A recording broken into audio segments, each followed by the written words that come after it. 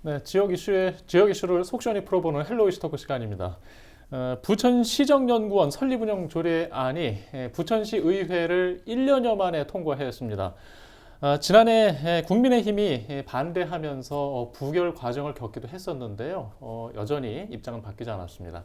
지금 부천시의회에 여야 간 갈등으로 남아있는 부천시정연구원 조례안 이야기를 좀 살펴보겠습니다. 오늘 함께할 두 분 소개합니다. 부천시의회 박찬희 더불어민주당 의원과 광래경 국민의힘 의원 나오셨습니다. 안녕하십니까? 안녕하세요. 예. 앞에 제가 한 1년여 동안 갈등하는 시간이 있었다라고 말씀드렸는데 그렇다 보니까 그 과정도 있었을 것 같고 의미를 좀 봐야 될 것 같습니다. 박 의원님 어떤 네. 의미로 보고 계신가요? 네, 이제 1년의 과정이 지나면서 다른 지자체의 상황들이 똑같이 연구원을 설립한 지자체들도 있고 지금 준비 중인 지자체들도 있습니다. 그런 것과 발맞춰서 부천시도 12개 50만 인구를 가진 12개 도시 중에서 준비조차 하지 못한, 그러니까 조례조차 발의되지 못한 의회는 부천과 안양뿐이었는데 이제 부천이 조례를 통과시키면서 시정연구원이 출발할 수 있는 근거를 마련했고요. 앞으로 시정연구원이 부천을 지속 가능한 자족도시로 키워낼 수 있는데 어떤 역량을 발휘할 것인지 이걸 좀 지켜보는 과정이 필요할 것 같습니다. 네. 지난해 의회에서 이제 부결이 났던 것은 뭐 기권표가 있었기 때문에 뭐 이렇게 많은 의석수에도 불구하고 부결이 났었잖아요. 그러면 그 사이에 네. 뭐 어떤 설득 과정이 충분했다고 보시는가요? 그렇죠. 이제 그 많은 의석수의 차이 아니라 지난번에는 한 표 차이로 과반이 되지 못해서 부결이 난 상황이었고 그 기권표를 행사했던 의원에 대한 설득 과정이 있었던 걸로 알고 있습니다. 개인적인 설득이었기 때문에 어떻게까지 설득을 했는지는 제가 정확하게 알지 못하고 말씀드릴 수는 없지만 그 의원이 제안했던 내용, 걱정했던 내용들을 어느 정도 반영을 했고요, 조례안에. 그리고 또 하나 달라진 지형은 저희가 지난 4월 보궐선거를 거치면서 아시다시피 민주 진보 단일 후보가 시민의 선택을 받았고 그리고 의회에 입성을 했습니다. 그런데 입성한 의원이 시정연구원에 대해서 찬성 의견을 가지고 있었고 찬성 표결을 하면서 15대 12의 숫자로 네, 표결이 이루어졌고 가결되게 되었습니다. 예, 알겠습니다. 일단 국민의힘에서는 아직 준비가 덜 되었고 어떤 그 연공영 과정에 대해서도 좀 설득력이 부족하다. 뭐 이런 논리가 있었던 기억이 있습니다. 지금 이제 조례안이 통과된 뒤에도 이제 성명을 내셔서 반대 입장을 밝히고 있어요. 그 내용을 좀 자세히 듣고 싶은데.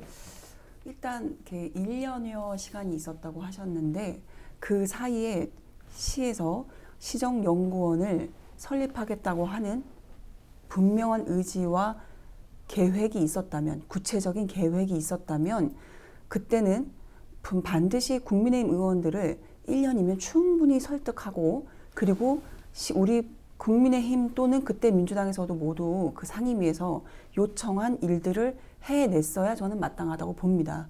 시간이 1년이라는 시간이 있었는데도 불구하고 이 설립에 대한 타당성이 왜 있는지부터 검토하라고 요청을 했거든요. 근데 1년 동안 그거조차 하지 않았고요. 그래서 두 번째는 그러면 정말 이게 필요한지 우리 대토론을 좀 해보자. 그리고 조례를 할 때는 공청회를 하거든요. 반드시 해야 되는 건 아니지만 필요에 따라 공청회를 요청하였고 계속 공청회 또는 토론회를 하자고 해야 했는데 그것 또한 이행하지 않았습니다. 그리고 아까 박찬희 의원께서도 말씀하셨지만 그 기권하셨던 의원님을 설득했다고 하고 그 내용이 반영되었다고 하지만 조례의 내용은 반영되지 않았습니다. 그러니까 조례가 변경된 내용은 법률에서 다뤄지고 있는 내용들을 다 넣었던 부분들을 제거하는 부분으로 개정이 되어서 들어온 것이지 법률 안에 그 의원님이 반영하라고 했던 내용이 들어간 것은 아닙니다. 그러니까 사실관계는 명확해야죠. 근데 이 시정연구원이라는 거는 지금도 여전히 국민의힘은 동의하지 않습니다. 동의하지 않는 이유는 우리 시의 이 절대적인 이 출연 기간이 하나 더 신설되는 것에 대해서 정말로 필요한지 왜 공감을 시켜주지 못하는지 그렇다면 국민들도 그러면 시민들도 다 공감하고 있는지 동의하는지 출연 기간이 하나 설립이 되면요. 출연 기간에 지금 20억으로 남짓 들어왔어요. 이게 7개월 분이 내년도에 20억이 들어온 겁니다. 그러면 1년치를 하면 우리가 40억을 예정하게 해야겠네요. 근데 그게 지금 12명에 불과해요, 인원이. 예. 그러면 설립 준비금이며 이런 거를 빼고 나면 한 30억 정도라고 예정하면 그 다음에는 지금 20억이지만 그 다음에는 30억이 들어올 테고요. 인건비는 계속 상승되거든요. 그래서 지금 국민의힘에서는 계속 주장하는 것이 출연 기관들이 지금 계속 방만하게 운영되고 조직 내에서 인건비가 차지하는 비중이 거의 80%가 넘었어요. 사업비는 10%에 불과합니다. 근데 그 7개의 출연 기관들이 어떻게 하고 있는지 먼저 살피고 그 다음 새로 신설되는 출연 기관들에 대해서는 좀 더 신중하게 검토하고 그리고 이것이 필요한지 우리가 논의해봐야 되지 않냐라고 주문을 했던 것입니다. 근데 1년 동안 아무것도 준비된 것이 없었고요. 그리고 아까 말씀하신 대로 이제 다수당에 분명하게 됐으니 그냥 다수당의 그런 표결로서 온전하게 되었으니까 들어온 것으로밖에 볼 수가 없어요. 조영익 시장께서 계속 이야기하더라고요. 정치적으로 자꾸 이야기하지 말라고 하는데 정치적인 이야기를 꺼낸 그 자체가 정치적인 거고 이거는 정치에 관한 문제입니다. 매우 신중하게 검토했어야 마땅하다는 주장을 저희는 여전히 하고 있고요. 그 네. 뒤에서 좀 더 자세한 설명은 뒤에 다룰 텐데 결국은 15대 12를 염두하고 해낸 정책이라면 저희가 생각할 때는 제2의 광역동의 모습을 보지 않을 수가 없을 것 같습니다. 다시 돌아갈 수 없는 강을 건너고 그때 가서 다시 이거 이제 다시 정책을 물려줘 이렇게 하지 않았으면 좋겠습니다. 아직은 여지가 있거든요. 왜냐하면 예산이 반영돼야 되니까요. 네. 그러니까 신중하게 생각할 부분들은 분명하게 다뤄줘야 되는데 그 지점에 하나도 없었다는 것을 저희는 지금도 동의하지 않는 이유 중에 하나입니다. 예.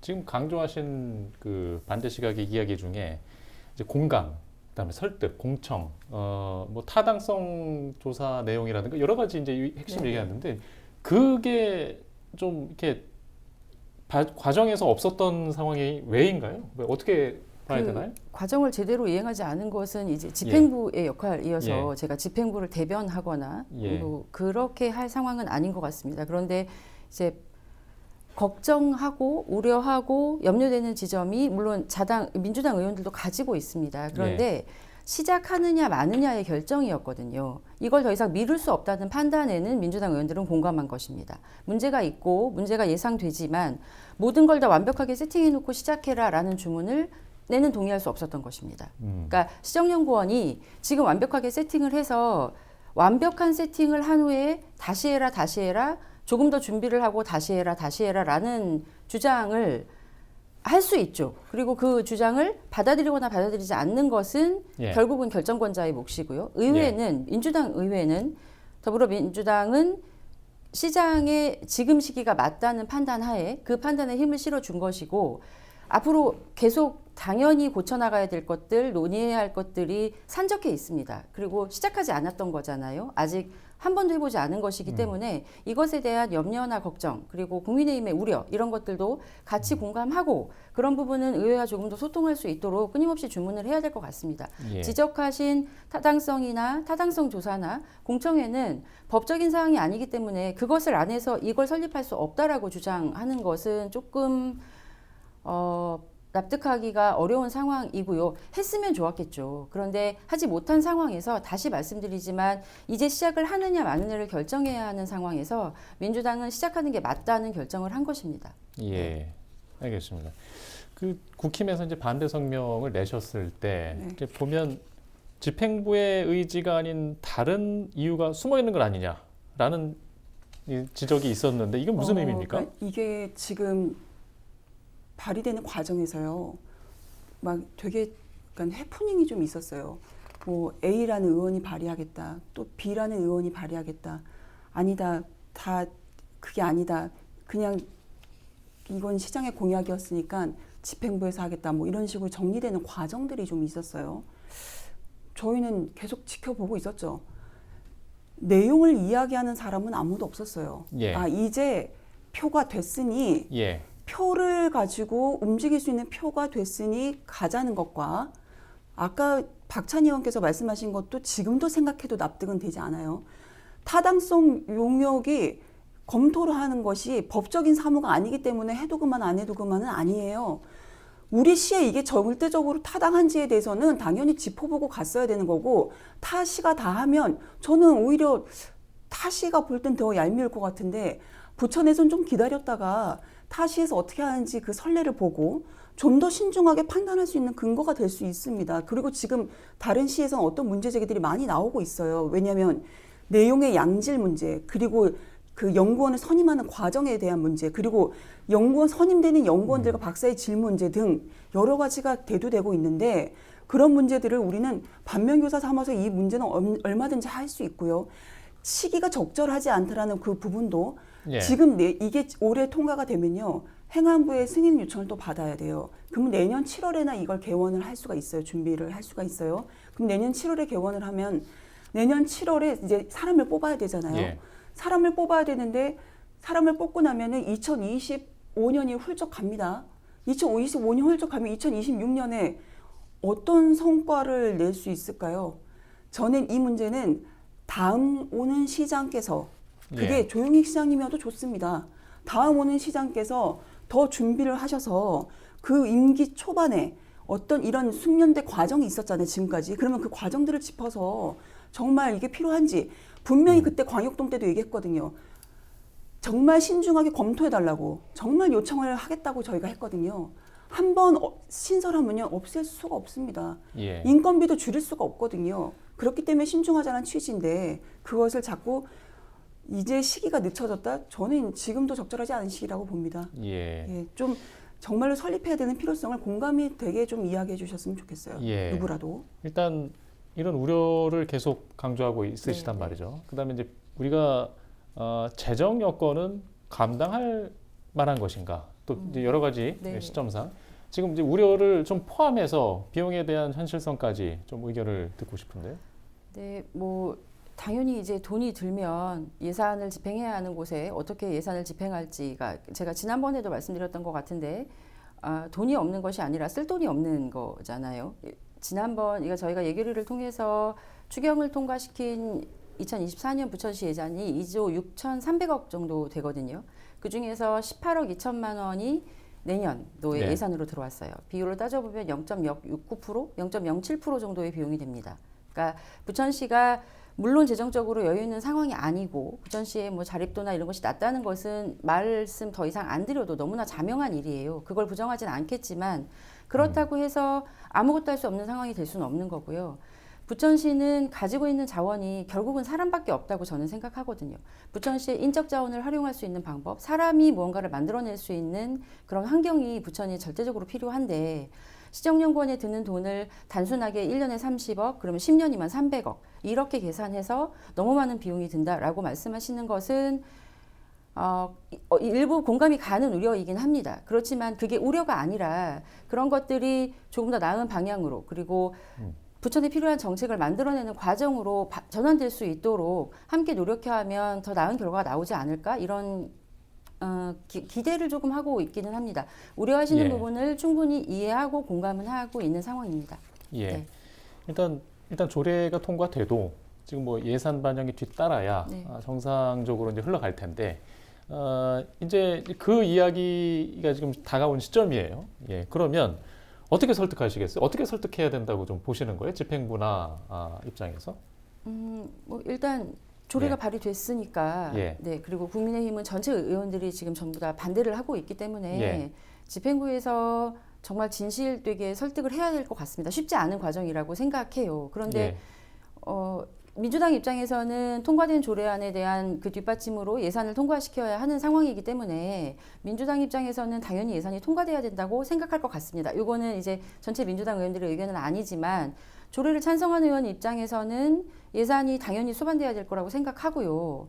집행부에서 어떻게 국민의힘 의원들을 설득해 낼지는 저는 집행부의 몫이라고 생각하거든요. 가령 이제 네. 독립적인 기관으로 자리 잡기 위해서 그 역할을 표현해내야 할 거잖아요. 그렇죠. 그 과정에서 네. 이제 사람을 채용할 때 얼마나 공정하고 투명하게 사람을 예. 채용할 것인지 그리고 또 그 결과 평가를 얼마나 체계적이고 시스템적으로 해낼 것인지 이런 고민을 충분히 해서 그리고 그런 거에 대한 대안을 국민의힘에서 끊임없이 제시하셔서 결과를 좀 만들어내면 좋겠습니다. 그러니까 설득이 부족하는 예. 과정에 대해서는 공감하고 있는 부분이거든요. 예. 네.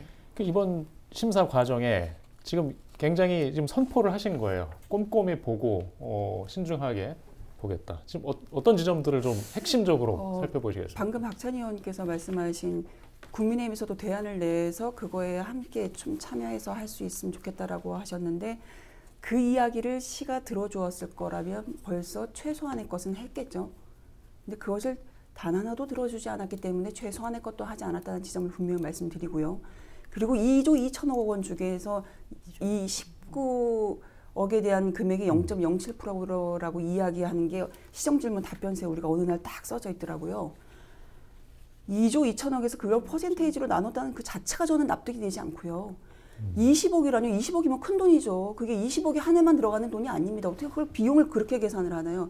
비용의 산출은 매해 들어가는 인건비 상승분까지 다 해서 상승되는 걸 다 해서 해야 되는데 5년이면은 200억 수준이 들어갑니다. 200억이 작은 돈이 아닙니다. 우리 시에서요. 이렇게 예산을 포션을 잡고 계획을 해야 되는 것이고 500만 원이 없어서 집 앞에 있는 보도를 신설하지 못해요. 지금 그런 고장나면 고치질 못하는 현실에서 0.07%라는 20억이라는 예산을 우습게 본다는 것은 저는 이해가 되지 않고요. 그리고 박찬희 의원께서 우습게 본다는 설명이 아니라 집행부 입장에서 그걸 0.07%밖에 안 됩니다라고 주장하는 자체가 이해가 되지 않는다는 지점입니다. 그렇다면은 지금 질문이 뭐였는지는 일단 독립적인 생각을 기관으로서 또 그다음에 국민의힘에서 우려하고 지적해왔던 요점들을 설득하는 과정이 분명히 있어야 이번 심사에서 예산 반영까지 갈 수 있을 거잖아요. 저는 설득하지 못할 거라고 봐요. 예. 그게 아까 예. 서두에 말씀드렸던 부분이고, 그리고 저희가 계속 본질적으로 이야기하는 부분들에 대해서는 연구 용역이라는 것에 대한 회의감이 좀 짙고요. 그건 저희뿐만이 아닙니다. 아마 박찬희 의원님도 동의하실 테고, 어떤 정치적 산물로서 어떤 일을 하려고 어떤 일을 하지 않으려고 하는 것에 대해서 결국은 발주자의 의도와 동일하게 나오는 이 연구 용역에 대한 이런 지금 체계나 이런 부분들이 있는 한 이 시정연구원이 온전한 활동을 할 것인가, 결국은 발주자의 의도대로 정치적 산물이 될 거라는 우려가 제일 심한 것입니다. 예. 그리고 예산의 내용에서도 분명히 그렇고요. 그렇기 때문에 좀 더 우리가 할 수 있는, 우리 2,500만 공무원들이 함께 할 수 있는 영역에서의 정책 기획과가 있거든요.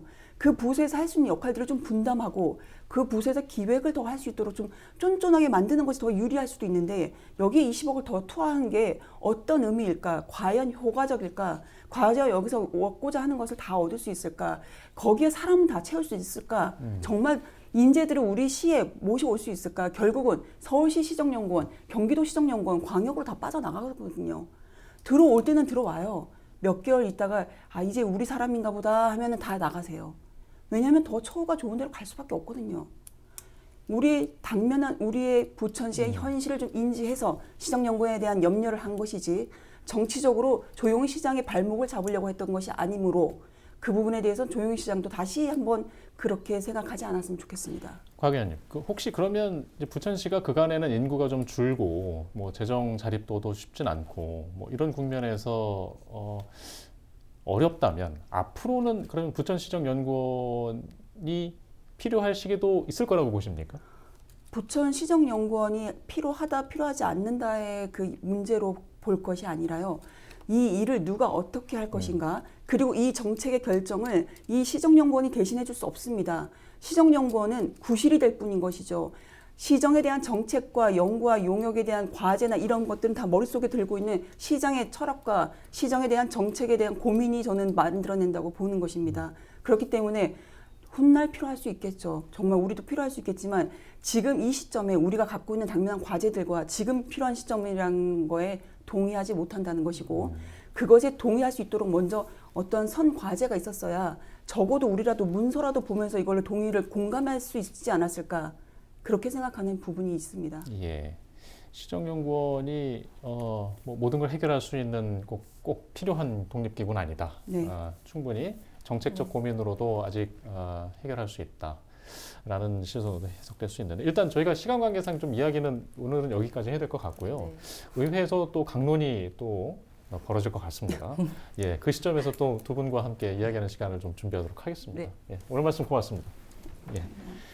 예, 부천시정연구원 설립 조례안 제정과 관련된 이야기 오늘 이슈토크 시간에 해봤습니다. 오늘 이야기는 여기서 마치겠습니다. 시청해주신 여러분 고맙습니다.